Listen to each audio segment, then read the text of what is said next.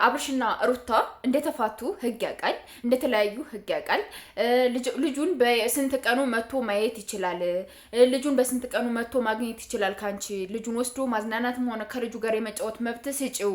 ስለዚህ ከልጁ ጋር የሚያሳልፍበትን ቀን ቢያንስ በሳምንት 3 ቀን እናድርግለት። ከተፋታችሁ ልጁን የማየት መብት አለው ተብሎ በህግ ተወስኖላቸዋል አይደለ?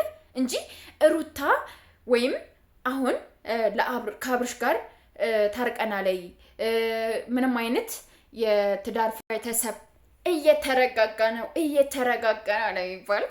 እንግዲህ ቤተሰብ አሁን አንድ አዲስ ነገር ሰምተናል ማለት ነው። አዲስ ነገር የሚያስብል ነገር ያስጨዋል። እቃውጠው ነበር፣ በቃ እቃውጠው ነበረ ሰው በሰማይ ማለት ነው። ገባችሁ አይደለ?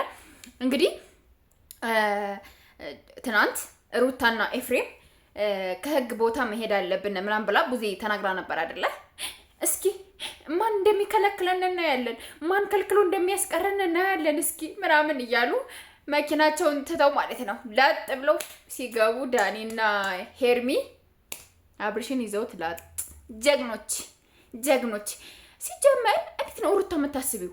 በምን አይነት ኬዝ ነው የምታስቢው? ፍርድ ቤት ሲባል እኮ ልጅ ስላለሽ ብቻ አይደለም ገባሽ? ሊፈርድብሽ የሚችለው ልጅ ስላለሽ ብቻ አይደለም ገባሽ አይደለ? ሩታ ምን አይነት ህጎች እንዳወጣች ዛሬ በደንብ አድርጌ እነግራችኋለሁ። ብላችሁ ጠብቁኝ። ብላችሁ መስማት አለባችሁ። ጆራችሁን እንዲህ አርጋችሁ ማለት ነው። ገባችሁ አይደለ? እሺ ማሮች፣ እሺ ፍቅሮች፣ እንደዛ አርጋችሁ በደንብ መስማት አለባችሁ ማለት ነው። ሩታ ብዙ ነገሮች ከህግ ጋር የተያያዘ ነገር አላት ከአብርሽ ጋር ማለት ነው። አብርሽና ሩታ እንደተፋቱ ህግ ያውቃል፣ እንደተለያዩ ህግ ያውቃል። ልጁን በስንት ቀኑ መጥቶ ማየት ይችላል። ልጁን በስንት ቀኑ መጥቶ ማግኘት ይችላል። ካንቺ ልጁን ወስዶ ማዝናናትም ሆነ ከልጁ ጋር የመጫወት መብት ስጪው። ስለዚህ ከልጁ ጋር የሚያሳልፍበትን ቀን ቢያንስ በሳምንት 3 ቀን እናድርግለት። ከተፋታችሁ ልጁን የማየት መብት አለው ተብሎ በህግ ተወስኖላቸዋል አይደለ?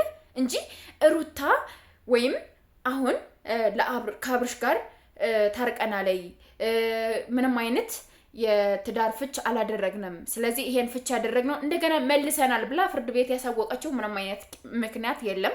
ከአብርሽ ጋር እንደተለያየች 6 ወር በላይ ሆኗታል። የጋብቻ ወረቀቱ ከተቀደደ ከ6 ወር በላይ ሆኗታል። ገባችሁ አይደለ? ሄርሜላ ደግሞ 8 ወር ኦር 1 ዓመት ምናምን ሊሆናት ነው ከአብርሽ ጋር ከመጠችው ማለት ነውና ቀለበት አድርጎላት አሁን አብሯት የሚኖረው ሴት እያለች ለሩታ እንዴት ነው ህግ ሊፈርድላቸው የሚችለው ብላችሁ ታስባላችሁ? ሲጀመር በምን አይነት ኬዝ ነው ሊፈርድ የሚችል? ልጅ ስላላችሁ ብቻ አይደለም ገባችሁ? ከአንድ ወንድ ልጅ ስላላችሁ ብቻ ሳይሆን ውስጥ ላይ በፍርድ ቤት ምን አይነት ነገሮችን ይዛችሁ ቀርባችኋል፣ ምን ነገሮችን ከናንተ ፍርድ ቤት ይዞላችኋል፣ ስላንቺና ስለባልሽ በልጃችሁ መካከል ስላለው ሁኔታ ወይም ስለ ትዳራችሁ ሁኔታ በህግ እኮ ተቀምጦላችኋል። እነሱ ተፋተናል ልጄን አላሳይም ብላኛለች ብሎ ሄዶ ከሰሰ ወይም ልጄን አልሰጥም ብላ ሄዳ ከሳለች ግዴታ ነው ልጅሽን አንቺን ካልፈለገሽ ወይም ካልፈለግሽው እሱም የራሱን ሴት የማግባት መብት አለው፣ አንቺም የምትፈልጊውን ወንድ የማግባት መብት አለሽ። ግን ልጅሽን የማየት ግን ልጁን የማየት ግን መብት አለው፣ አከለክሉም። ስለዚህ ማክሰኞና ሐሙስ ቅዳሜ መጥቶ ልጁን እንደፈለገ የማየት መብት አለው ተብሎ በህግ ተወስኗል።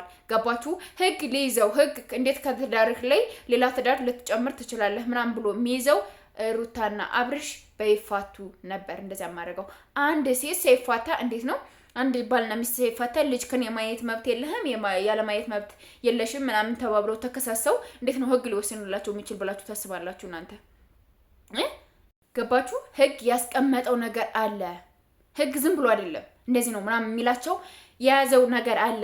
ፋይል አላቸው የነሱ እንደተለያዩ ሩታና አብርሽ እንደተለያዩ ህግ ያስቀመጠው ሰነድ አለ። እንደተለያዩ ልጁን በምን ቀን መቶ ማየት እንዳለበት ልጁን ባታሳየውስ ምን ይቅርታ ስልክ እየገባብኝ ነው። እሺ ማሮች ማለት ነውና ብዙ ነገሮች አሉ። ኤኒዌይስ ማርያም እናምላችሁ ብዙ ነገሮች አሉና ሩታ ምንም አይነት ኬዝ በምንም አይነት መልኩ ልታሸንፍ አትችልም። ባይዘወይ ማለት ነው። ገባችሁ አይደለ? በምንም መልኩ ልታሸንፍ ስለማትችል ምንም ማድረግ አይቻልም። ምንም ልታረግ አትችልም። አታሸንፍም። የትም አትደርስም። ሲጀማር የትም ማለት ነው። ገባችሁ? ፍቱልኝ፣ ይሄን ወረቀት ቅደዱልኝ፣ ልጁን የሚያገኝበትን ቀን ወስኑልኝ ብላ ነው እንጂ ስትመላለስ ፍርድ ቤት የሚታወቀው።